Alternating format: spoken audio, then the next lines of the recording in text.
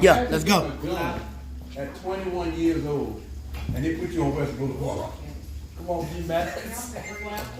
But see, you know that. You ain't from West Boulevard. Yes, I am. Yes, Right sir. there.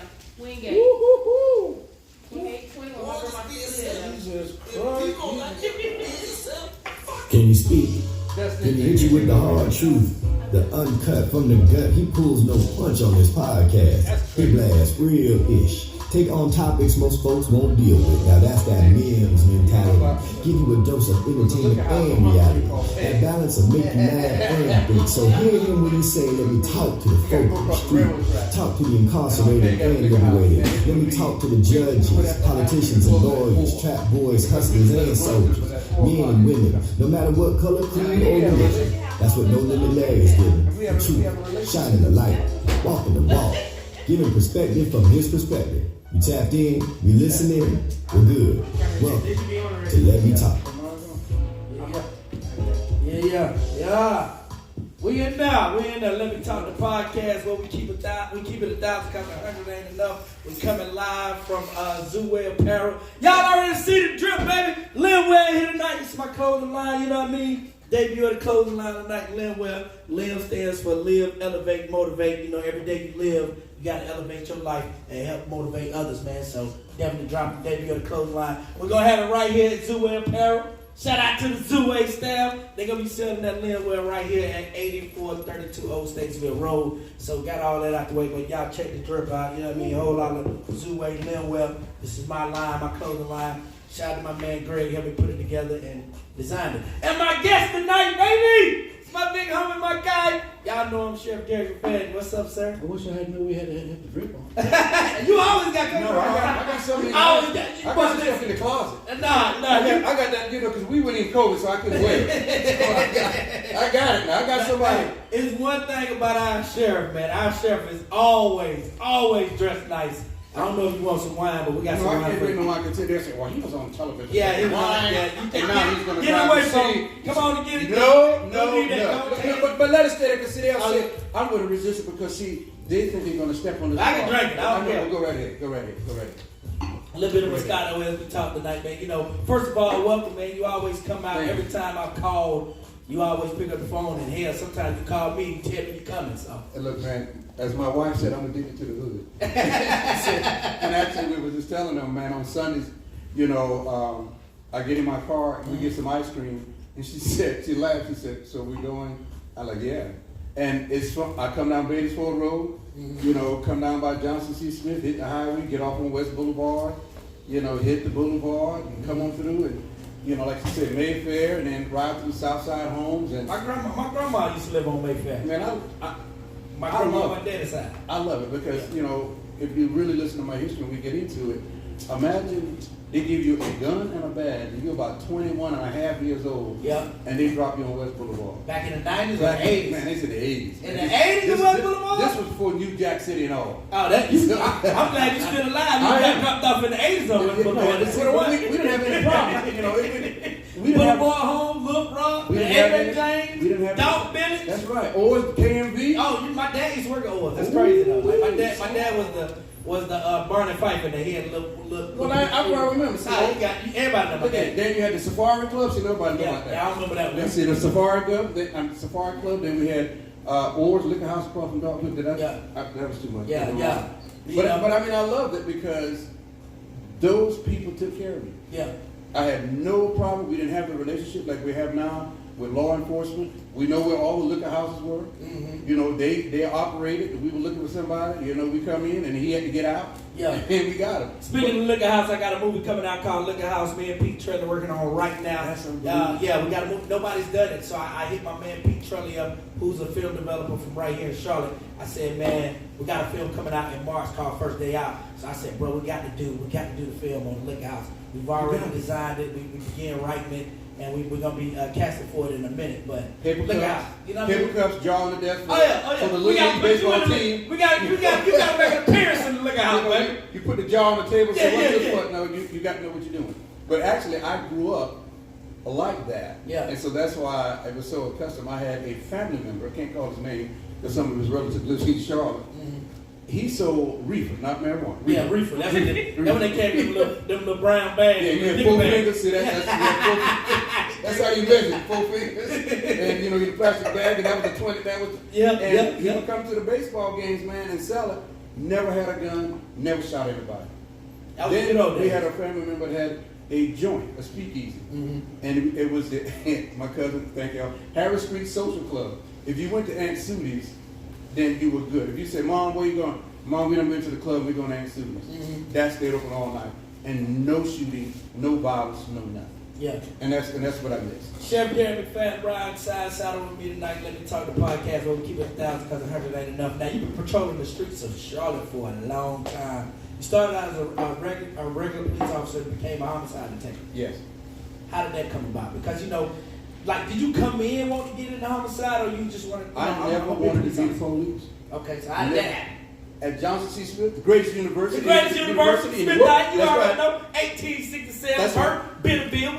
We can't tell y'all that. Yeah. Y'all want to get your kids bring to Smith. But me and some guys were messing around one day in the dorm and said, you know, we're going to get rejected for jobs and we're going to do this. Well, let's go out and see what we can do today. We all went to the Charlotte Police Department at that time. 4 of us applied. They said, nobody. Nobody made it? Nobody. So me and this guy had a little discussion after that. Because if you know me, then you know. You gonna talk? You gonna talk? Yeah, I'm gonna come back. You gonna find out what the hell going on? That's right. N-O mean next option. Yeah. Okay, I like that. So me and him was talking, and then he said something that I will never forget as long as I live. When we were talking, everybody else was walking back, and we kind of got down to the Greyhound, well, it was the Trailway bus station at that time. And I turned around. We were walking back to Smith, and I turned around and I said, I'm like, this man, why you didn't hire me? So we get up there, we had some problem, and he says, okay, I'm gonna take your word, and we're gonna do it. And he kept his finger like that. Yeah. And I said, great. And I took his finger and put it up like this, and I said, I'll stay here until I become number 1. Woo. That's what I like that. And I mean, it's a struggle. People thought it was a great career, and I didn't have struggles. It was zero. That's the wrong thing. Right. That's the wrong thing. And people don't understand what we go through as African American or black law enforcement officers in these situations. So do you think at that time that they just didn't want to hire the black officers in the city? That's what it was? Yes. Point blank period. Or somebody that they can control. They can control. So if you got control and you good and okay, and that's good. Yeah. But if you see somebody that maybe a little off key, a little militant, a little... Oh, we ain't bringing him to him. No. Anti-black? No. Not this police department. And then, as soon as I got there and moved on, and people don't know, I moved downtown in some condos. Mm-hmm. So I'm living with Larry Johnson, Muggsy, and all of them downtown, and Hugo the Hornet, because that's where they started, downtown. Mm-hmm. And so Kendall Gill and everybody lived downtown. I lived downtown working security where they were living. Mm-hmm. So then all of a sudden, okay, he has a condo downtown, overlooking the city, and then you become a target. Yeah. But then you have to know my background and my family legacy, and then it's like, I'm good. Right. How did you move from being a regular beat officer to move to be, homicide? Because everybody, like the whole city know you for homicide. Like when I first met you, I knew you for homicide. We used to do the team summers together. We had a nickname for you, was Body Bag. Yeah, I still got that. Because he'd bring that body bag out, and we were talking to the teens, and he dropped that body bag, and their mouth would drop over like, oh my God. I still have the body bag. Yeah, he used to tell them this where you gonna end up if you out here acting crazy. And they do. And so, they were talking about promoting some people, so I put my name in the hat. Mm-hmm. Some people could say, well, how did you remember that? Because you have to remember where you started from. Mm-hmm. 125 people put in for that job. And I got it. Mm. Now, I got it, and then the guy came to me and said, now, we know that's about you, we know this and this about you, but this is, I'm going to give you a chance. I said, okay, we good. We good. And believe it or not, that guy, his name was Larry Snyder. He, when I say on me every single day, every day. Yeah. I cleared 2 murder cases one time, came in late, and you're the big dog. Yeah, I got two cleared, I'm good. I'm coming in. Yeah. He said, what time is supposed to be to work? I said, 8. I was in the parking deck at 8. He said, what time is supposed to be at your desk? I said, 8. He said, what time it is? I said, like 8 or 7. They said, write him up. Wow. Write him up. Then he went out to lunch with me that day, didn't even talk to me about being written up. I'm like, he going out to eat with me? And then he's like, are we good? It's like a scene, you remember the scene in Lean on Me? Yes. Where your boy cuts down Joe Claw and he said, you want to go get some lunch? Yeah, I mean, he just like beat me in my head and just write me up. And I mean, And I'll never forget, man. I went to do a case in D.C. and came back, and that was just before Ray Cruz stuff. We were working on that. We went there and come back. That was a whole nother story. Yeah, we're gonna talk. And so then I get back, and I was telling him some questions. And he said, "So I got a couple of questions. I got a couple of questions for you." And I couldn't answer. And I said, "Oh, I'll call the guy back up and get these answers." He says, "Oh." And by that time, I had a little reputation with me and him. He said, "So you're going to just call somebody up on a major case and talk to them over the phone?" I said, "So what do you want me to do?" He said, "What you should do." And I said, "You want me to go back to D.C.? I just got home." Yeah. And he said, "Well, you the man. You see me 24/7, 365. Yeah, it is. I went back to D.C. Live up to your word. That's it. And so then he pushed me. I never could shortcut anything. And why I had this still, you kind of testing people wrong. He made me read everybody's cases every day. So no matter what case I was working on, I knew about everybody else's case. So if the phone rang, I couldn't say, "Hey, wait till right. he come in." I jump on it, run out and get it, and come back and say, "Man, I cleared your case for you. What you need?" Right. And then you know what? Not just cut you off, but every time like something happened in the city and you was working homicide, I could always call you and you knew about it whether it was your case or not. That always amazed me. But it's still people call me, but that's crazy. But the thing is that most officer doesn't understand, you have to truly build a relationship in the city. Right. And you got to go through the hood. That's why my wife said I'm addicted to. Yeah. You go in North Charlotte Post up there. Smell Jack cookies. Y'all don't know about that. What you talking about? I'm from now. That's my neighborhood. That's my section. We love smell Jack Jack cookies. Hawthorne, baby. Hawthorne Lane. But now you go to Kennedy the Street. like, this is different now. So yeah. And so, but you went back to the neighborhood just to kick it with the guy, and then you were legit with him. You said, "Look, I need my gun. I need my gun." Now, if you want to continue to do your stuff out there, the gun may show up in the mailbox, and somebody call 911 and say a gun in the mailbox. I can work it from there. Right. Then y'all can go back and do what you want to do. Right. That's how you work. Right. So, like I said, how long was you a homicide detective here, sir? 27 years. 27 years. Is that what you retired as, a homicide detective, or are you retired? Yes, I retired as a homicide detective, the longest reigning homicide detective. Here's what I was coming and said, "What are you talking about like this?" There's not a lawyer in this city can say that they want a case against me. Woo. Not one? Not one. Want a case Fine. against black people gonna stand on their facts. Ain't none of y'all big D-Max in the courtroom. All my cases cleared and convicted. 5370. Courtroom 5370. Never lost a case. Never lost a case. Never lost a case. Bring it to me. So speaking of cases, man, Charlotte, we've been through some amazing murder cases. Like we've had a serial killer. Like if you're not from the city, you probably be like, "What the hell are y'all talking about?" We've had a serial killer here. We had the Sharika Adams case. Right. We had I forgot this case, but I know it was a school teacher that got killed. And I remember y'all found her body like days later. Yes.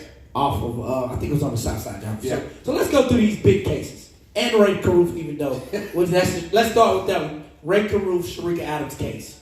Like we as the public, we saw it play out. I'm a radio. I was just coming into being a radio personality then when that was happening. But my mentor at the time, Nate Quick, he had some interactions with Sharika, just like, being around her homegirls. He had some interactions with Ray Carruth. So the feds come to the station, right? And they asked for him. I'm like, "Yo, boy, these boys in these suits want you." He's like, "Who that?" "I don't know, but they want you. They don't want me. They want you." So he gets nervous. He gets this little twitch, and he got to go talk to him. So when he come back, I'm like, "Bro, what's that about?" He's like, "Boy, they investigating, the Sharika Adams murder." I was like, "What you got to do with that?" He's like, "Man, Ray Carruth brought my name up saying that I was one of the people that saw him last." I said, "Boy, hey, I hope it ain't true." He's like, "Bro, I ain't got nothing to do with that." By him, Ray was throwing out a lot of people's names. A lot of people got brought up in court. A lot of people got brought to court. Nate never had to go to court for it. However, his name was brought up, and they did come to the station to investigate, doing detective work. So that particular case, were you a part of that case? I was. And I knew Sharika's mother, still love her, still love everything about her. Sharika was a beautiful person. And people have to know, sometimes these things get personal. For me, it was personal because I know her mother and we had to clear this case. Right. And it was a stupid thing. And it was just about not wanting to have a baby because you got other babies and you try to be the baller here. And that's what. Hold on, let me stop because I forget, like, people that's not from Charlotte might not even know what the hell you're talking about. So, big case coming out of Charlotte, Sharika Adams. Ray Carruth was a Carolina Panther. He played wide receiver for the Carolina Panthers. She was one of his girlfriends who got pregnant. He had her murdered. Correct. So then, you this know, is sum it all up. Yeah. So then, they ride on the road like something is happening. Yeah. And they got these knuckleheads, van walking. The funniest court case I've ever seen in my life. To this day. Because the bitch right there. The bitch right there. Judge like that. The judge is like trying to keep it together. Like, who are you talking about? The bitch. Like, sir, you cannot use that language. Well, you asked me who did it. The bitch did it. I'm at home. But see, I think what people don't know is people don't know. Yeah. We do a lot of this. Yeah. We're fronting like we are somebody. Mm-hmm. Your watch don't have one diamond in it, but it's blinging. Mm-hmm. It's singing. I call it singing. And so then when you portray that you are something, and so what happened is Ray had portrayed that he was this big gangster out of Louisiana. Right. And so, my boys, and then y'all need to do this, my boys. And then, Brett said, I got to do it because he's going to get it. So then what happened is, he found out he ain't connected to nobody. Nobody. So you did that. Selling wolf teeth. You did all this. Oh, you ain't nobody. Oh, that's why you are. Yeah. So that's what happened, and it went on from there. But that's the first time that cell phone technology worked. Okay. You're pinging, and you're riding behind, and you're pinging off the towers. Right. And then he said he's not there, but your phone is pinging right behind the other phones. Right. And so then all of a sudden we learned a lot that if you're on the phone and it's pinging, and somebody with you is pinging off these towers. So that's back in 2000, right? This happened back in 2000. Right. We didn't have the same technology as we do today. However, this was the start of the technology, using technology for criminal cases. Right. But and why I laugh about that, one of them, it's a guy that was in Wilmore. Mm-hmm. I can't call his name, but it's no. Did I say that? No. Anyway, he was a great guy, and I'll never forget. He called me, and that's why I love the hood. Man, can I ask you something, man? These new cell phones coming out, what can he do? Right. Because then everybody let the pay phone. Yeah. And I said, well, y'all need to leave that stuff alone. Well, can they track people down? I said, look, I don't know, but y'all need to leave that alone. Right. Stay on the phones. Stay on the phone. Yeah, everybody got a cell phone. Everybody got locked up. 5 years later, everybody locked up. But see, I don't think people understand about cell technology. Okay. It's a beast. If you don't have a string tied to that string, tied to them 2 cans that we play for kids, that means it goes into the air. Yep. And it comes down. Right. That means when they say we set another satellite up, you need to say they're sending something else up to find you. Mm-hmm. But we don't see it like that. Right. So you just dial. Think about it. You could dial somebody on the West Coast right now and they pick it up. Mm-hmm. So where is that? It's not a string. And then here's what I love to tell people. Well, I got a code. Really? So then when you lose your code, who do you call? You call your phone company and you put in your information, and then somebody well, here's your access code. We call the same people.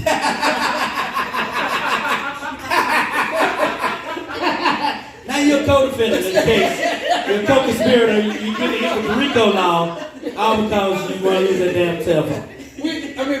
But I'm gonna tell you, that's the fun that I used to have. Yeah. Back in the day, you get to, when Cricket come out, you don't never log your phone in. You just get it. Right. So then I got your number. I'm going there and logging your personal phone. If I got your number, I'm accessing your account, logging your phone in, because you never got an you don't fix account, an online account. Right. I get an online account for you. That's it. And I know everything you're doing. But believe it or not, we laugh. We have so much fun sometimes. I saw a guy. I do. People come in the store, man. Say if somebody breaks in here, they'll go to the camera and turn it upside down like they're turning the whole thing upside down. And the lens be like this. And so you be like, but that did something. The best time I ever had, and I laughed, and me and this guy, and some of these guys are still friends to this day, because you have to create relationships. Right. And so doing Hugo, y'all don't know about Hugo. Hugo went, Hugo came in. I do. And tell you I'm from Charlotte, man. Stop playing with me. Hugo tore up everything. Yeah, so then everybody's house down, the police down, we can't go home. Right. So all we need to do is patrol the streets to make sure nobody is overstealing. You know what I mean? Oh yeah, we were stealing. I was young. It's Target now. It used to be Ridgeway and go Freedom Drive. We was on Independence. There was someone on Independence beside the Circuit City. We told them up. Well, everybody in the neighborhood had every electronic you could imagine. We went to Freedom Drive, and I think it wasn't Target then. It was Go Away. It was Go Circle. It was Ghost Hunt. It was so many people in there, man. It was like rats running through a building. So we stopped. But the best one. So we coming downtown. We ride. Never forget, me and my boys, we ride. I'm shotgun in the back seat. And I said, stop the car. And we stopped the car, man. And during that time, it was Ivy's downtown. Yeah, I remember Ivy's. So we get there. And I pass the window. And I see this dude like. Like a mannequin. He's not like a mannequin. With a full coat on. He got a whole coat on. I said, back up. So he sees us coming back. We're backing up, right? He turned the other way. He turned the other way like I didn't see him. You get your ass to this police. I said, get out the window. Yeah. And so he did, man. And to this day, man. You ain't lock him up? Man, we just. I like him. I like because it. It was Let me go, man. Let me go. It was useless. Yeah. Because you couldn't fill the jails up. But I'm gonna tell you something. That guy, and I may get emotional about this. This guy kept up with me until I retired. And every year, he's not doing that well, but he's doing all right. And so every year I would have to buy him some winter clothes and everything, man. But he said something to me. He was kind of semi-homeless. When I retired, he says, "Can I have something to remember you by?" And I said, "Dirk, man, I'll always be around." He said, "I don't know if I want to see you this much now." Right. And so, man, we went out to a pawn shop on Freedom Drive, and I bought him this gold ring. And he put it around his neck. And so the guy at the pawn shop says, "Why'd you spend that much money on this dude?" And I said, "If I tell you, you wouldn't get it." So when we came back, I said, "Let me explain something to you. I'm retiring. That's a friend of mine. We done been through up and down. All of his friend has died out or something like this." Yeah. But he says, when I'm laying, and he said this to me, when I'm laying at night down on my luck, because I can never say that I really have anything of value. I got you. He said, I want to reach down in my jacket, pull this out, and say, this is of value. But the biggest thing, and people don't know, and I'm very blessed and very thankful, but when you have homeless people vote for you, Let's say something. let's say something. Yeah, and I never get this guy come up on the bike, and you know how everybody runs out and get, well, who are you going to vote for? And nobody paid attention to this guy. Right. Now, we right down off the wall and fight. Yeah. And he comes up and pay, and I'm like, man. But when you can walk around and say, "Sheriff, you good?" I'm good. That's our sheriff. That's all I need. Right. That's more than anything. So, real quick, man, back to the Ray Caruth case. Yes, sir. So we got over that. But, the case became famous here in Charlotte, number one, because, he was a Carolina Panther. But number two was because y'all found this Negro hiding in the trunk. Well, see, it wasn't hard to find. It's the trunk for me. It's the trunk for me. No. It's the trunk for me. No, but see, you got to see. So, were you a part of that? Because some stuff is never told. How did y'all even? Because we knew he was on the run. You're looking for your girl. It's always got a girl involved, and then she got a good credit card. Yeah. And she's spending the credit card. But you cannot go. And see, during that time, I think it was like Western Steer Steakhouse. Yeah. That's like top of the line. Top of the line back in then. a country someplace. Yeah. You can't go in to a Western Steer Steakhouse with a gold American Express card because they don't have that down there. Right, because y'all caught him in Tennessee. Yeah, they're like on the run in Tennessee. Somebody's buying a whole lot of food with a gold American Express card. So then when you talk to the people, they say, "He in the trunk." Okay, wait. He in the trunk. You know what was so funny about this whole thing? Because he was in the trunk. Yeah, it's the trunk for me. No, the funny part, because the news is so petty, so they're following him. They're following the feds. We got a lead on it. We think we're gonna track him to this hotel in Tennessee. So they're following the news cameras, and everybody are following the feds as they're searching. So they go to the room, and you hear one of the feds say, "They say he's hiding in the trunk." So now the news, we think he's hiding in the trunk. Wait a minute. So now we got a play-by-play. They're walking down the steps. They're about to walk to the trunk of the car. It's a Toyota Camry. They're gonna pop the trunk. Fed Petty. He knocks on the trunk. The Fed knocks on the trunk. Nobody answers. Somehow they hit the button and they open the trunk. They're raising the goddamn old trunk. But he didn't know they were knocking on the trunk. Get the man credit because he still had his headphones on. Let me tell the podcast when we keep it 1,000 because I heard let you know Chef Gary Mcfadden is in the building. Listen, he had the headphones on. That was a big case here.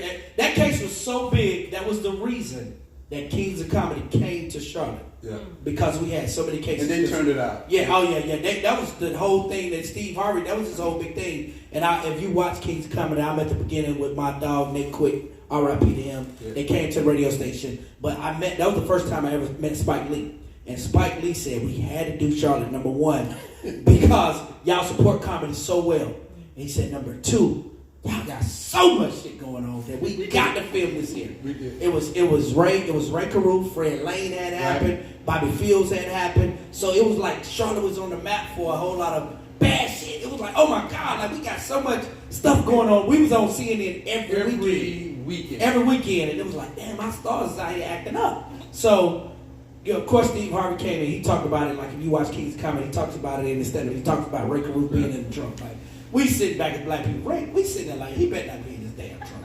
Of all the places to be, all the places to run, all these woods around this hotel, your thinking is to get in the trunk.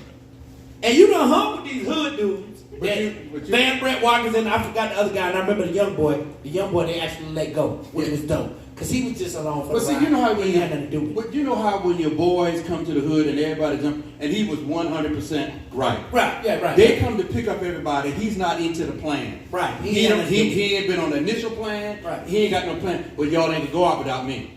Yeah. So then, no, I'm going too. So then he don't know what's going on. He just jumped into the back seat of the car, right. And he just riding like nothing's going on. Then all of a sudden this stuff goes down. But he was the only person that looked back and said the tail light's still moving.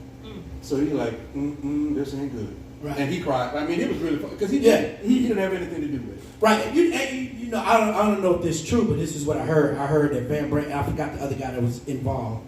I heard they told, like, let him go because he had nothing to do with it. I mean, they planned it, but the guy just, when they pull up for everybody to get in the car, and, you know, the plane going, and then you got to drink some liquor to get your curry. Yeah. And then, you know, you're off schedule by then. Yeah. And so then things don't go quite right. But he was pretty much innocent, man.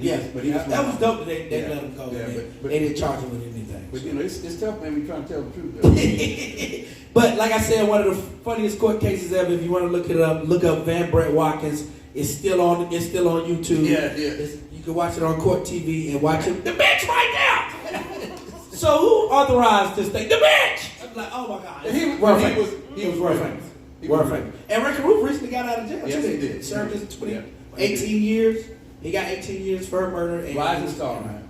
He would have been. I think he would have been in the Panthers Hall of Fame. Yeah, he got. I think during that time, people don't remember. Nike had just signed him for just not doing a commercial, just wearing them shoes. Yep.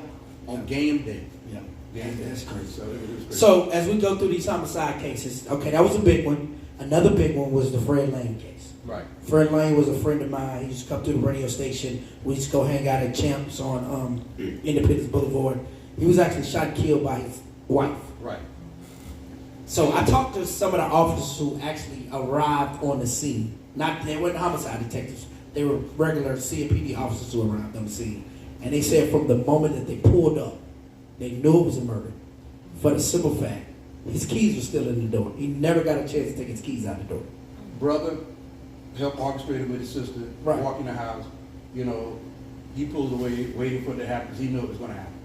And it was sad, and that is really sad. And I knew a lot of people personally on that case and some people that Fred dealt with. And so that's the hard part because people will call me with stuff that, you know, personal. Mm-hmm. And then, you know, or they don't even say sheriff. Gary, you got to work with us. And it makes it personal for me. And you worked that case as well? I worked a little bit of it, but not a lot of it. Okay. And then, you know, and sometimes you just got to stay away from it. You know, we knew the family was here in Columbia, some of the people that Fred was hanging with. So then, you know, you kind of back out of it and let them handle it. Yeah. So the crazy part about that, like I said, he was a friend of mine. So when I heard, you know, what had happened, and immediately they said, you know, he was shot by a D-truck. And they said that, you know, at first it was a self-defense type thing. I knew where Fred had been because Fred had communicated with me, like, bro, I'm getting ready to. He had decided to deal with, I think, with the Colts. Mm-hmm. He was getting ready to move on and go to the Indianapolis Colts. He had went up there to meet with them, signed his contract, come back, you know, got picked up from the airport, and you know, shot him with a shotgun. I don't know if y'all ever seen a person or like I know on television, like you know, you see a person get with a shotgun, get shot with a shotgun, you see what happens. But in real life, in reality, to see that, it's crazy. It's bad. It's crazy. It's so, bad. shot with a shotgun in his back. I heard him shot twice. Shot in his back and then shot in his head. Yep. So Bad. that was crazy. Yep. Yeah, so that was a big case here. And another, I forget what case. Well, another one of the biggest homicide cases was a serial killer, Henry Wallace. Henry Louis Wallace. Now, I seen this on your show. You know, if y'all don't know, G-Mac got a show, I Am Homicide, on the ID channel. Yeah, and if you can still go watch these episodes to this day. And this is one of the episodes they had on there was about Henry Wallace. I already knew about it because I'm from Charlotte, so the serial killer. How did all this play out? Because this thing was huge. It was huge. Like, we had never really had anything like this happen. This is where I'm going to lose some friends, especially the women. Okay. Every woman in their life got a dude in their life, like a brother, almost like a brother, like a boyfriend, and like a boyfriend, but they're real close. Gotcha. Everyone got one. Gotcha. You might not have nothing on your mind, but he got something on his mind. And Henry had something on his mind. And so then when it doesn't go right, and you say no, I've been taking you out buying all these candy cards. Yeah, you go. And then all of a sudden you don't understand it. And then, the rejection is hard. Yeah. Rejection is hard. And so he was kind of a big guy, wasn't he? He was a big guy, very fit, but if he did not get on drugs, it would have been a long time. And I'll tell you that. If he didn't get on drugs a long time, and here's what people don't understand, and the FBI, when they investigated and stopped, we didn't know we had a serial killer, number one. Okay.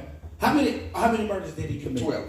Damn. That he confessed to. Okay. But like he said to me, get me off death row and we can talk. We think that he did up to 90.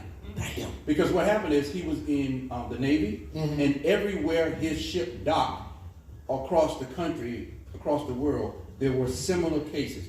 Because serial killers have a signature. Right. And so his signature was a double knot of a towel. So you don't bring anything because everybody got a towel in their house. And so he would strangle people and he would leave it in a double knot. And that's what he did. And so, you'll be talking to somebody and then, women, you have your creepers. Your husband go to work and then, you come by and, and then you go home. And, they do their thing. And like you in the mall, like we don't know who you drop the kids off at the mall and then, then you go and see your guy. Then when y'all pass through the parking lot, you do like this. Yeah. And then you come back like we don't know. Yeah, we know what's up. So what happened is, he became he was like a big brother to a lot of them. Yeah. And they just fell to his madness. It was crazy. So 12 murders that he was convicted of. And see, most of the time people think that we should have known, but if you don't believe it, during that time there was a lot going on back then. Crack just happened. We thought we had another serial killer. That we looked around, and what happened is there were 2 other serial killers operating in our area, came, left, killed, and went on. And so we didn't know that. We looked at it, went to the FBI Academy. I actually me, Greensboro, Raleigh, and another city thought that we had similar cases. Went up to Quantico. The VICAP did that. They said, no, y'all got separate cases, but we never looked at them. And there were never cases. And so when we got onto Henry, we knew that he may have done 2. Okay. One lady that he took her life, and then all of a sudden we start what we call canvassing. That's why we knocked on the door. Hey, did you see anything? And then again, my supervisor made us knock on doors. And then we had to go back the next day and knock on doors. And then we got down to 5 doors. 3 doors were like 3 apartments like empty, and then we got down to 2 doors. That family came home while we were knocking on it, and then we knocked on that door, went inside, and found this lady. So then all of a sudden we said, okay, we got a double murder. So we're not looking for a serial killer. We're looking for somebody who did a double murder. Okay. So we get him in, we finally get him in, fingerprint on the trunk of the car, know your winos, because they'll tell you everything. Yes, sir. They see everything. Yes, sir. You might have to walk around, drink some coffee. You think they drunk? They might be drunk, but they know what the hell going on. I tell you right now.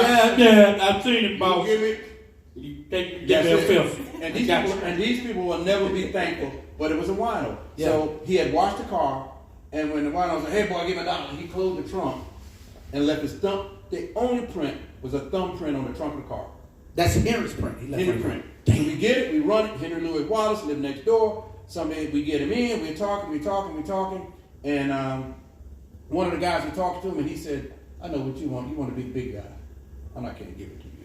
Okay. Yeah. Sent another guy in. He prayed with him. And he took out a piece of paper and said, you might want to look at those. Wow. Just straight like that. So, we take it up. They say prayer changes things.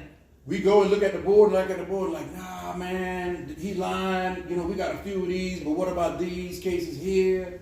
Missing person, Yeah. Accidental fire, death, and all. He was wrapped all of this up into it.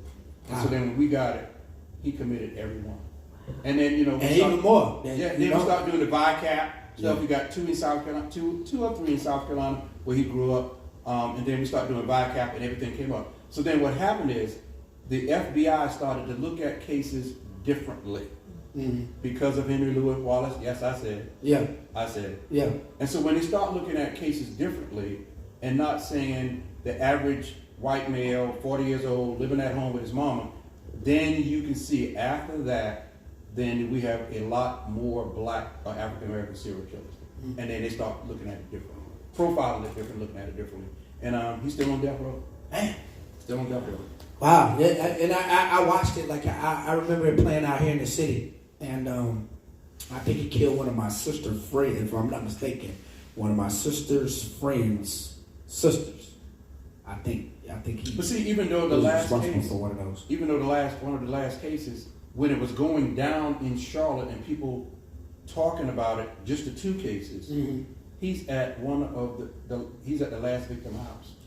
Is that the one when you were talking about on television and y'all investigating across the street? He watching y'all He's investigate. watching us and he's saying, yeah. And so Oh, there they go. Hey, what y'all look for? Here I go.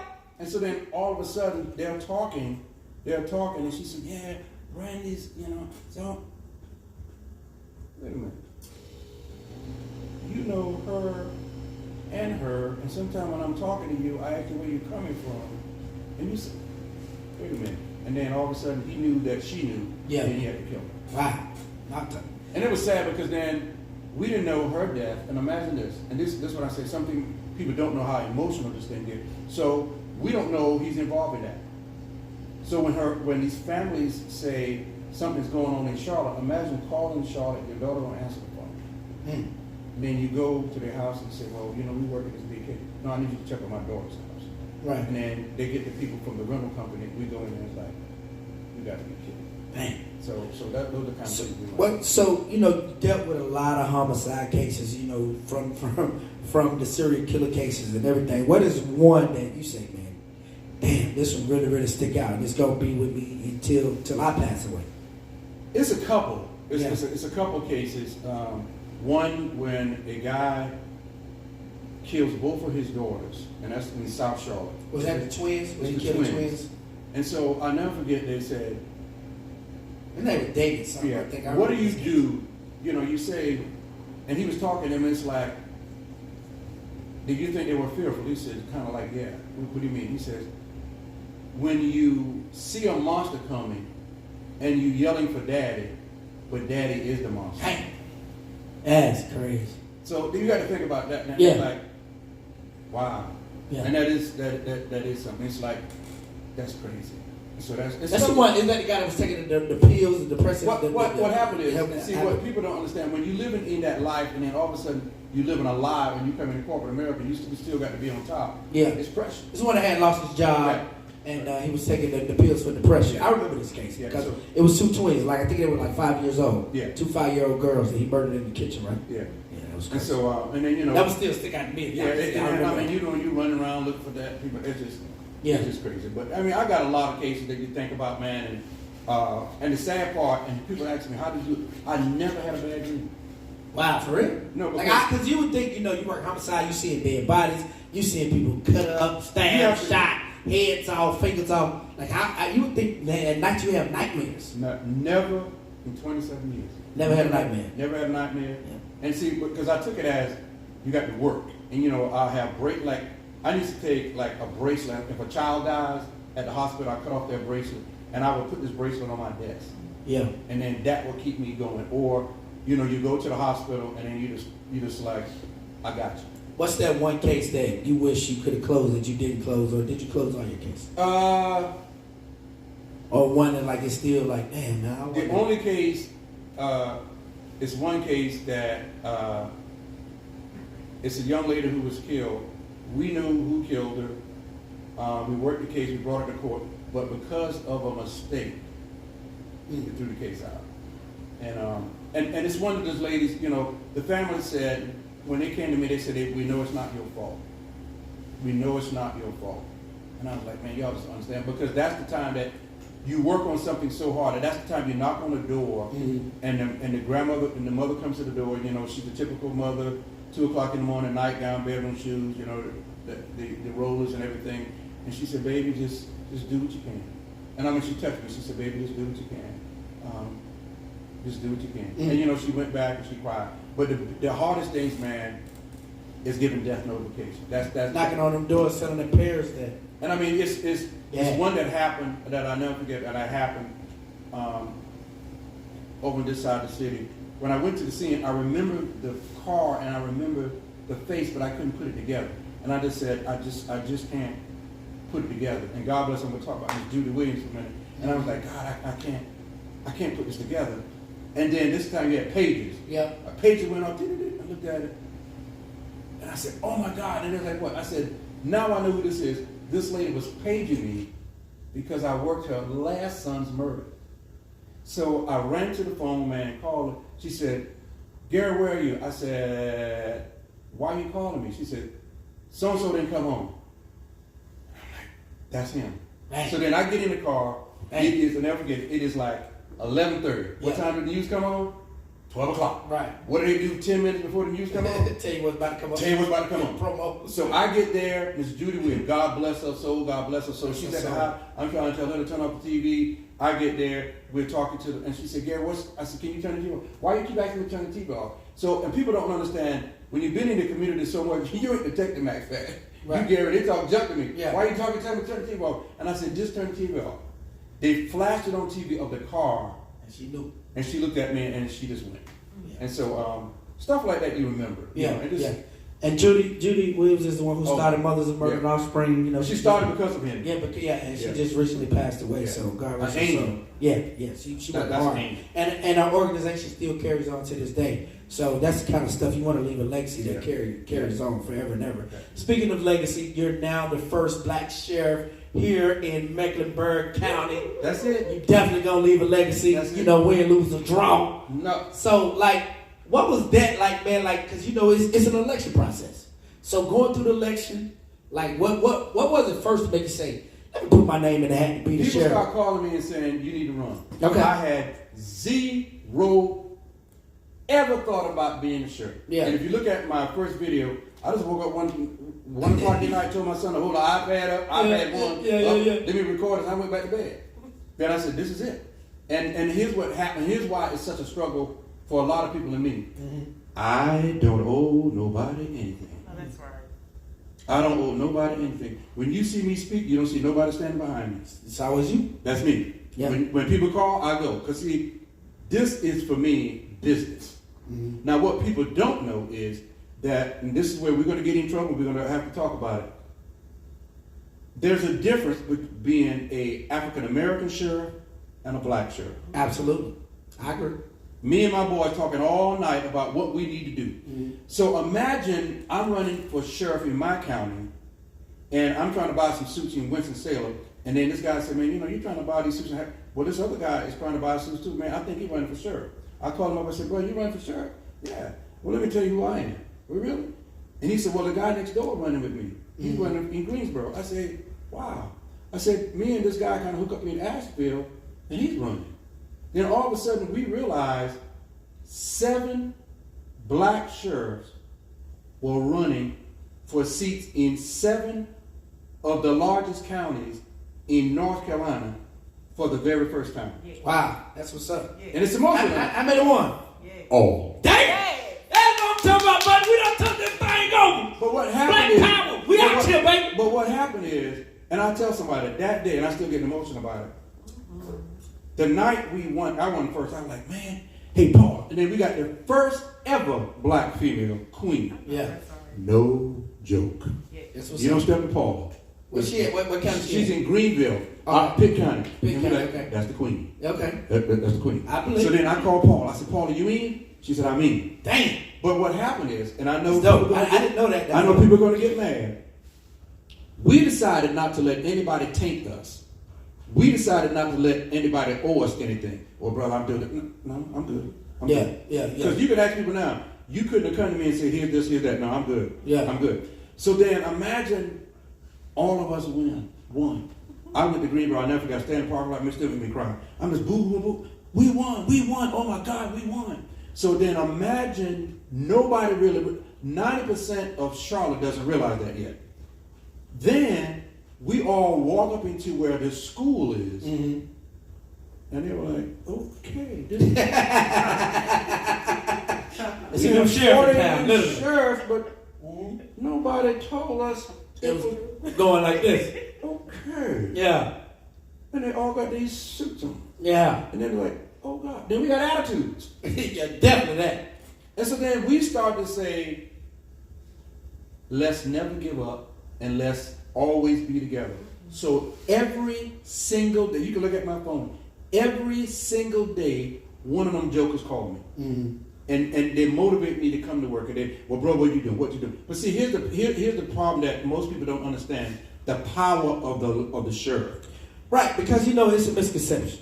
Let's talk. But I'm about gonna help somebody. I know you will. So a lot of people think all y'all do is serve court documents. You don't supposed to write tickets. You don't supposed to arrest people. All y'all do is run to jail. So break it down. We have the exact same power of CMPD. Okay. The exact same power. The only difference about us here in Mecklenburg, we don't answer 911 calls. So then when you see me roll someplace, and they're going to say, why the sheriff's up there? Because the county is mine. I have the entire jurisdiction. Now here's what people don't understand. I'm a constitutional officer. Think about it. We are the only elected law enforcement officer in the country.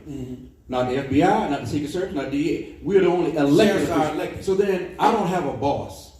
My boss is the 1.65 million residents here. That's my boss. I don't have a boss. And people hate that. They hate it. And so then when you tell them, they got answer to nobody. when you tell them, that's right. Yeah. So when you tell them that this is what you're going to do, that's what you're going to do. And I'll show you why. When you say, are you coming to march on Beatty'sford Road? Yes, sir, I did. You didn't have to get a permit. I did. And all of a sudden the sheriff goes up and closes down the street. We closed down the streets and walked. And you know what? It was over. Authority of the sheriff. And so then that's I like that. That's my friend right there. So then when you have that's dangerous. But see, I'm going to show you why it's so dangerous, and I'm going to teach everybody a lesson this. If you look at the movie Just Mercy, look at the movie, you know the brother went to jail wrong. You know the sheriff did him wrong, but you can't kick the sheriff out because he's an elected official. So imagine you got a job that you really can't be fired. How would a sheriff be fired? I mean, you got to do some. That's what FBI do. How would that process work? I mean, he had to do really something like money laundering. Right. And then they arrest him. Oh, okay, I got you. And then then they go to jail and then all that kind of stuff. But see, what we found out is this: that's authority. And that's what's so scary. I'm gonna say it like they said it on Malcolm X. That's just too much power for one man to have. So imagine this. So this is how it works, and this is what scares people. But here's what they did after we got. I don't know if you ever seen this cartoon. They had a cartoon and they sent out a message about us. Oh no, I ain't seen it. Oh yes, sir. Yes. So they sent out a cartoon because some people realized what we were doing and who we are, but then we still running around here talking about some other stuff. But this is what they called us. Oh yeah, I ain't seen the cartoon. So this is the cartoon of the Magnificent Eight, the historic Magnificent Eight with all the 8 sheriffs and all of y'all on horses and cowboy hats. The Magnificent Eight. So they're saying, ding, ding, ding, ding, ding. Yeah. We got to deal with it. Right. And so none of y'all could be removed unless how often do you run for sheriff? Every 4 years. So at the end of 4 years, if you're not voted back in. That's right. That's about it. Okay. And this is us again. This is in Greensboro, February 1st. Yeah, send me the pictures. It's Greensboro, February 1st. We took a picture. But what I love about these guys is that, and my wife will tell you, we're really, our wives know each other. We go and see each other. We support each other. Tomorrow, when we had a little meeting today with some other people, and the brother said, I ain't got no mask. I said, look, brother, I'll bring you 1,000 masks tomorrow. Right. And so that's why we take care of each other. But here's where the power runs. Sheriffs and mayor have authority, but they really don't have, I know y'all want to get on me, power. Okay. This is how power runs. So the five of us have to buy cars every year. Okay. Like the nice little challenge that I have. Yeah, it's nice too. Don't worry, I got something else coming. Bring it to the parade. I'll bring it to 27. You know I'm bringing. I got mad. We're gonna be shut down Betty Ford Road again. Right. I got By time. authority of the sheriff, we doing parade on Betty I ain't Ford driving the car till February 27th. You know, I got my rim. So here's what happened. We buy cars every year, right? Okay. So then, if I'm getting a good deal with Ford Motor Company, and Ford Motor Company decide to say, we going up on the price on you. Why are you going up on the price on me? We good. Well, I think that we need to go up on the price. Okay. All right. Hey, Bobby, they going up on the price on me. Hey, Danny, they going up on the price on me. Don't y'all buy a car from them? Don't you buy a car from them? So now ain't nobody buying no Fords. So guess Now what? what numbers? So then we will go and buy Chevrolets. Yeah. And guess what? After we buy Chevrolets, then we'll take our business over there. Yeah. And then what happens? Wow. So imagine this, and here's what I'm proud of, and I'm going to talk about it until I fall out about it. Yes, I had COVID inside. Yes. In the jail. In the jail. 161 COVID cases. Nobody died. Nobody died, and nobody went to the hospital. So when you see the people marching and saying, okay, bumping your gum, tapping your thumbs. That's all you're doing to me. Yeah. So then are you going to be saying, our sheriff had 161 cases, people dying in every hospital except the Mecklenburg County Detention Center, because we don't say jail, we don't say inmates. Change the name. Then that's something to accomplish. Today we have 0 cases. How? Because I told my healthcare provider, ain't nobody better die in here. Now, if you want to keep this contract, like you got his contract, like you got his contract, and his contract, we good. So then imagine if I say I'm done with you. If my contract is $9 million, I'm done with you. Woo. And we walk out of here in a day, your organization could lose $50 million in an afternoon. That is called power. That's called power. That's so, speaking of the jail, we saw it play out. We saw the jail support being down there. And then, the whole thing, what happened? What happened with the whole jail support? And, y'all having to go in and remove This is sad. Remove them. Everything was going great. Yeah, because they was out there for a long time. Everything going great. I can get them inside the building. I can do all this kind of stuff with them. But then you get, and see, this is the problem that we have. You don't have a platform if the platform is not yours. And so what I'm saying is, if your whole platform is to raise hell and cause controversial stuff, that's your only platform. You ain't got, listen, think about this. Ain't nothing going on now. Right. And you don't see these people ghosts. Right. So you're not consistent. So when I'm consistent with you, I'm trying to work something out. Then you get people who want to agitate us and do all this kind of stuff. So then I said, no, my safety of my officers and my people who come into court, I need to provide that. Yeah. So then we try to show it up. People came out there and speak it up. And here's what happened. Some people play both sides. Absolutely. Some people play both sides. Absolutely. And and so then when they're playing both sides, no, you asked me to do this and I'm doing this, but your people cussing me out, this and that. Okay, we got to work this thing out. Yeah. I'm still the sheriff. Right. So then I went to the city, say, y'all got to do something about it. Okay? I went to the county commission, y'all got to do something about it. I went to all the city officials, still got the email, y'all got to help me with this. Okay? Nobody did. I said, okay.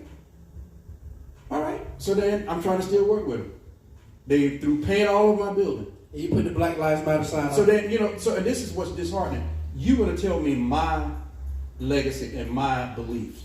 So then what happens is, and it was sad, you get other people to egg the minuscule's minds up. And who takes down my sign? 2 black guys. Never arrested. My watch, and I'm like, just don't worry about it, y'all. Because their minds are gone. They do all this stuff, and then at some point, all kind of stuff going on. And I tell anybody, you never want me to bring out the 2 thumb drives of the orange, because I can show you some stuff. Yeah. So whatever y'all want to do now. Yeah. And if you ever see me say, you want to see these? You want to see these now? We can see these now. Trump card in the Yeah. You got look, break. So then after that, we shut it down. If people know it's the truth. Don't push it, brother. What is a day in the life for the sheriff? Man, let me tell you this, man. You all gonna say one day he need to give it up, man. Yeah. Because I'm coming in here in a wheelchair, oxygen tank. Really for me, and I'm a very, people don't know this changed me so much, and you probably see me cry a couple times, get emotional. the best support that I have is my residents. I'm sorry, that's the best support I have is my residents down here. I could just go. My wife would tell you, I'll leave sometime at night and just go and sit up with them and just have fun. And people think they want to go out. They want to go out. Yeah. Not doing COVID. Yeah. Because I never forget a day. We went up there and I said, okay, y'all, look, this is what we're going to do, man. And I'll have to curse for one time because this got to sound right. So I don't curse. Praise the Lord. Anyway. and so we are there, and so we have town hall meetings. And if I show y'all the stuff that we do, nobody want to come in and say, let me see what you're doing. Right. Blow their minds. So I'm upstairs, man. I have a culinary school. If I In show the you, gym? what? Well, in the detention center, I'm sorry. You want to see it? Yeah. Brother with knives.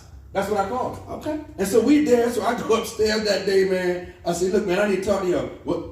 I'm not the sheriff. What's up, G? I said, man, I need to talk to y'all about something, man. And I said, man, we're going to have these town hall meetings. We're talking about COVID and everything else. I'm going to have to, they're going to try to get a lot of people out. And they said, yeah. And I mean, people are going to say, that's not true, but you ain't been there, so you don't know. And you won't come. You just stand outside. That's what I said. You're just going to stand outside, bump your gums, tap your thumbs. That's what I said. And so then what happens is we get there, and they say, gee, we good. And I said, why? He said, man, sorry, y'all. I'm a religious guy, praise the Lord, but I don't curse. But they said, man, we ain't good, dude. I said, why? He said, man, you ever see these movies like you look out the window and there's nobody on the streets? Think about it when the governor shut it down, nobody driving. Right. And he said, then all of a sudden you see that dog just walking down the street. Right. And the dog stop, look back, and they take off running. He said, that's some Alfred Hitchcock shit right there.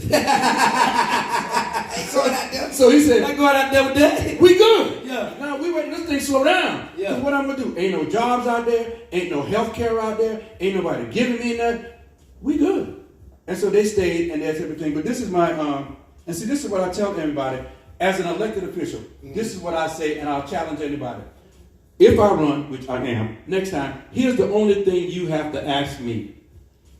And you ask every politician this and see what their answer is going to be.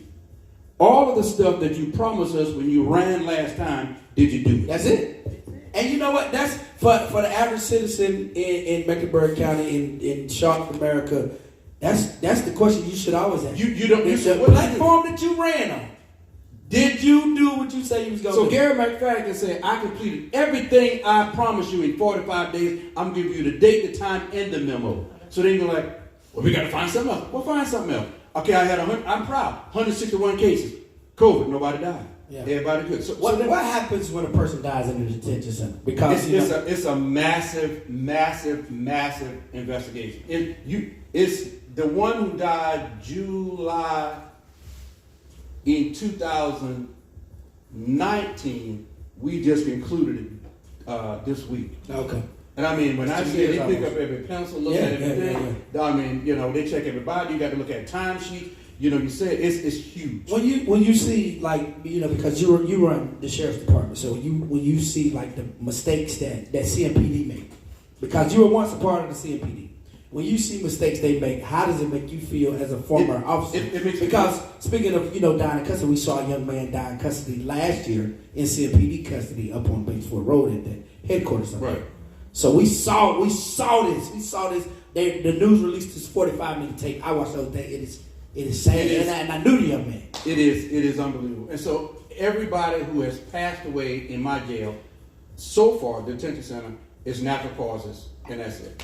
Natural causes. And then we have this fentanyl overdose. Yeah. Because you can't check everybody coming in. They bring it in any kind of way. So fentanyl, you come in, then you have some, and then you continue to take drugs. But it is unbelievable. And imagine the last person who passed away in the detention center, he had a family member down the hall. Mm. And so, that's the son is down the hall, so how do you give a death? And then what do you do? Mm. And so that's tough. But see, but I don't know when, as long as the people elect me, I'm going to be here. Yeah. I mean, it's the best job. See, when you have something like this. Oh, it's dope. Show me the cooking classes in the school. That's dope. See that? All these are inmates? Yeah. Residents. I'm sorry. But that's what they get after they finish. Look at that. All them boys in there cooking. With what? With knives. Big knives. Big knives. Real big knives. Big knives. Big knives. Them big knives. Them big knives. But see, here's what it is. Big knives. you never take a man's dignity. Don't take the man's dignity.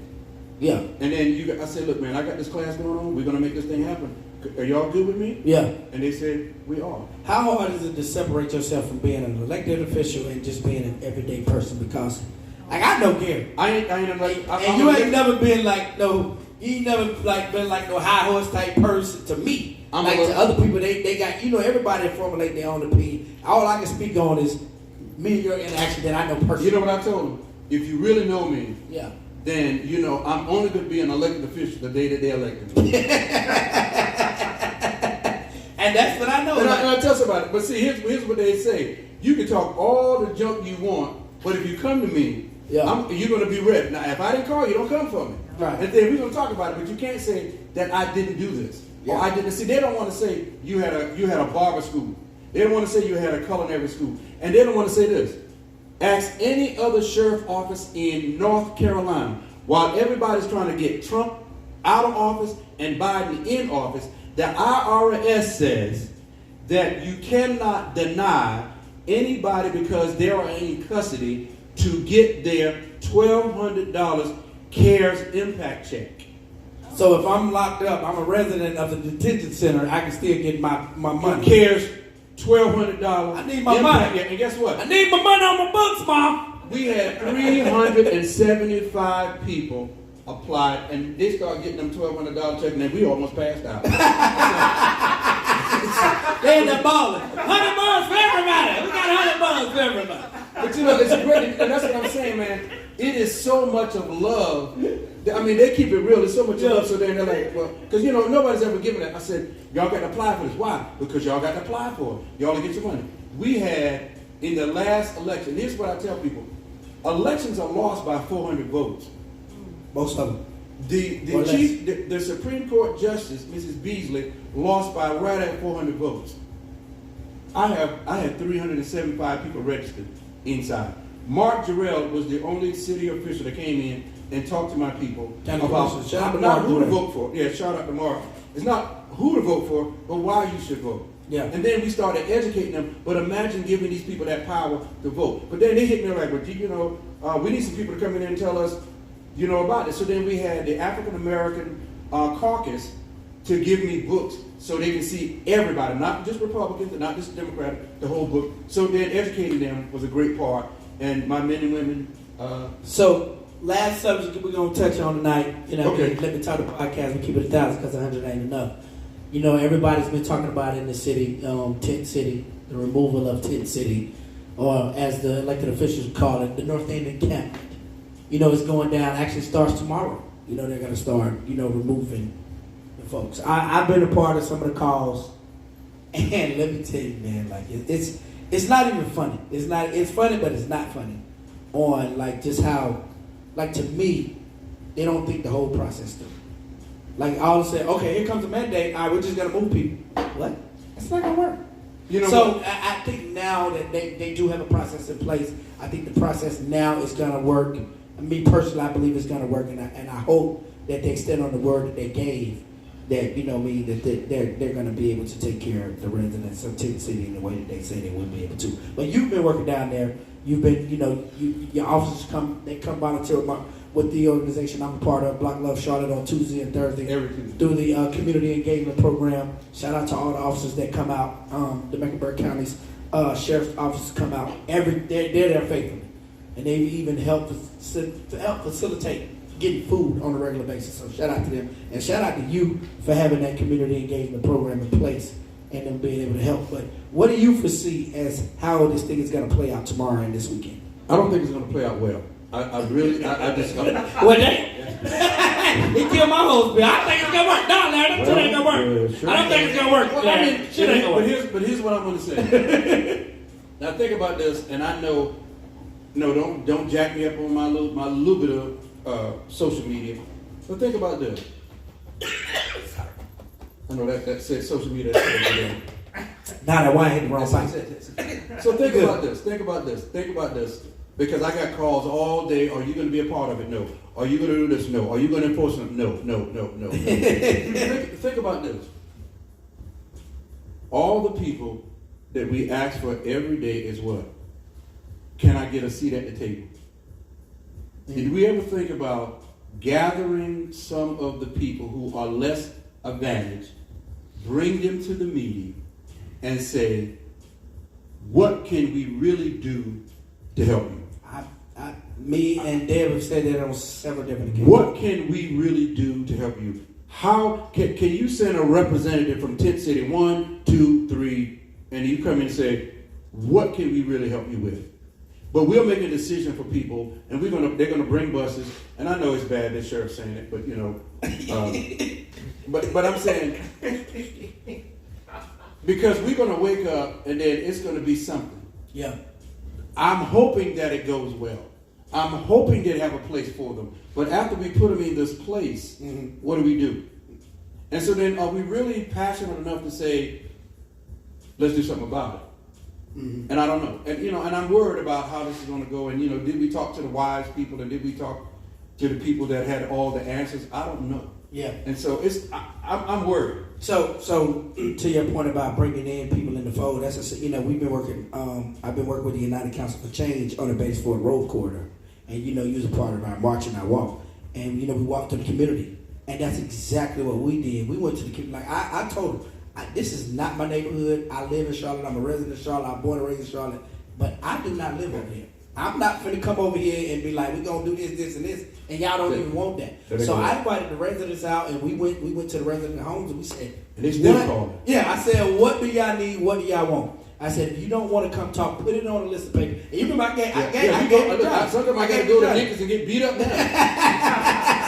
I gave a list to Johnny. I said, this is what the residents say that they want. Because I can't come over here and impose something that I think should be done, and they don't want that. But I think that we could do something, but sometimes we need people who think a little deeper than we are. And this is why, do we have the means? Yes. We may not have all the ability, but bring people in. There are warehouses, someplace we could say, not to say warehouse them out, but put carts and stuff there so we can get a temporary space. And let's work through something. Money. And here's a wise man told me two things, and both of them I'll always remember. Sitting in the truck with my father when I was a kid working with him, he said two things that always make me think about it. He picked up a bottle of water that he had because he used to fill his bottles of water and save them and put them in the refrigerator and there'd be water. And he picks it up one day and said, son, they're going to sell this. I said, Dad, they're not going to sell water. And he said, son, if you market it right, they're going to sell it by the case. I said, Dad, you think they're going to sell water that you get free out of the faucet, out of the spigot, or whatever you want to call it, and put in a bottle? Every time I buy it. Now, here's what he said. And I'll ask anybody in this room, and I guarantee you I will get no on every answer. Or, I don't know, who runs the Federal Reserve Bank? You don't even know this? Huh? But you don't even know the CEO of the U.S. Mint.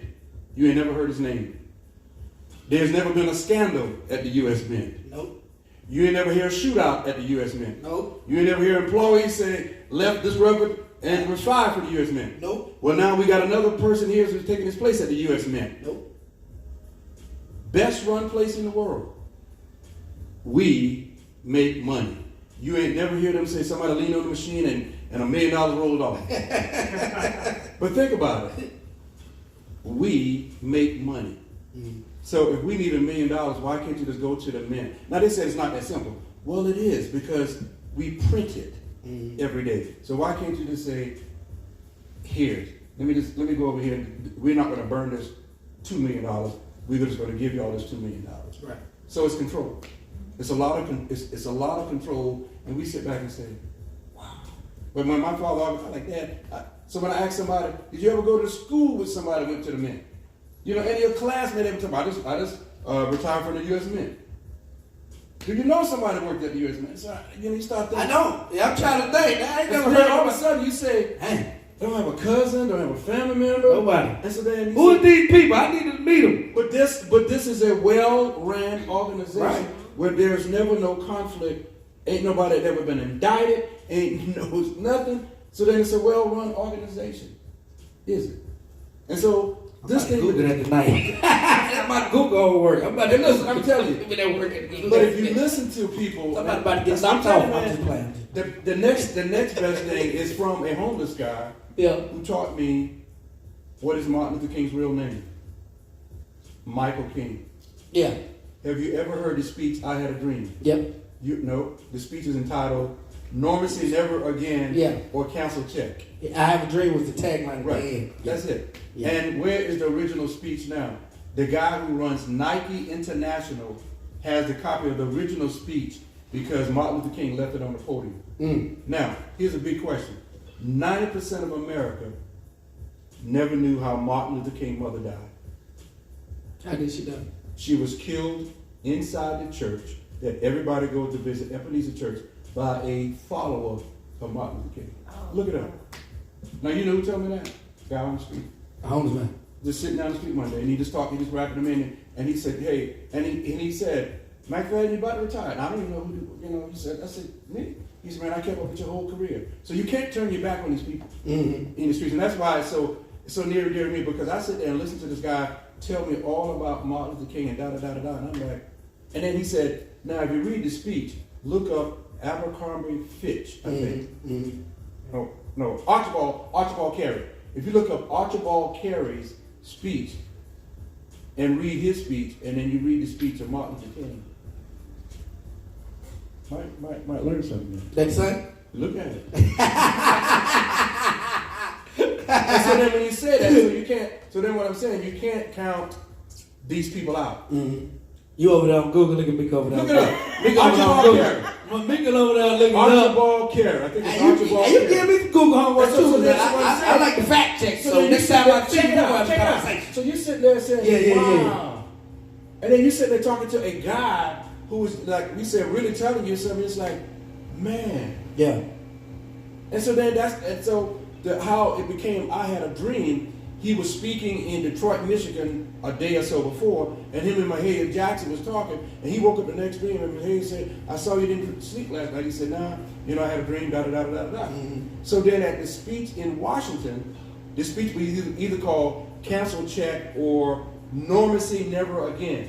So he's going in. He said, hey, Mark, tell him about your dream, huh? Tell him about your dream. Okay, I had a dream. Yeah, and he ended it on that. Yeah. That's it. Look at y'all can fact check. But then when you say that, she over there fact checking. Mick is the fact checker on the show. She is on it. You'll find it. She looking at it. And a guy on the street says, "Come here, let me holler at you for a minute. Sit down and listen to him." Yeah. You never know what you might learn. You can learn from anybody. You never know. That's one thing I learned. Like you can learn from anybody. No, but I love this job. Mecklenburg County Sheriff. When is election season? Election starts at the end of this year. We get back into the hunt. Yeah. If the people in Charlotte won't be back, they talking about pushing election back to 2022. So I saw they dropped earlier this year. Okay. Earlier. I'm going to run till I'm in a wheelchair and oxygen. Well, you got my vote. You got. I'm saying because you know what you want. You know what you want to do, and then I'm still putting in the work. And here's the problem: you don't need to give me credit. The 1,500 men and women who I see every day are thankful, and that's who I'm. That's who I got to please now. And man, you come to my office. If you come to my office, you will never see any awards on my wall, and you will never see any people that you believe are famous on my wall. You'll see the lineage of my family, and then you see pictures of people all around who has helped me survive these 2 years, and there are the men and women of the Detention Center. You come to my desk, one guy, he's 90 years old. You know what he tells me every day? His job is to make sure my lobby is clean. I can tell you, if you come to Mecklenburg County Detention Center, I have the cleanest lobby in the country. That was something. 90-year-old man. I ain't trying to come in there unless don't come in there. Don't come in there. I mean, that's the only reason I'm trying to come now. We good. I need to feel kickbacks. But see, I ain't trying to walk up under. I ain't trying to get fingerprinted ever again in life. We have so much of technology now. Every resident has a tablet. That's what's up. That's what's up. So if you want to go to college or school, you're online. Yeah. Now we have to take all the cameras and stuff off. but I'm telling you, the men and women that we have there are phenomenal, and that's what keeps me going every day. When I go in the halls, some days I can go down the hall, it takes me an hour to go from one end of the hall to another. Because you stop, yell at the people, and these we have to understand. Yes, they're incarcerated, but they are human beings. Definitely human beings. And I mean, if you think the barbershop is tough, Yeah. go in one of them parks. There it is, man. Let Me Talk, the podcast where we keep it 1,000 because 100 I ain't enough. I'm No Limit Larry. That's my big partner, Gary Mcfadden, a.k.a. the Sheriff. He is the HNIC of the Sheriff's Department. Hey, and don't forget, February 27th, we will be doing the first ever Black History Parade on Batesford Road. Authority of the Sheriff. Who will be And sitting who's the down? marshal of that parade? That'd be you. Oh, really? Okay, good. That be you. That's me. Yeah. I got a car. Y'all want to see a car? I got a car. Hey, man, we out. Let Me Talk, the podcast. I'll see y'all next Wednesday night. No, man.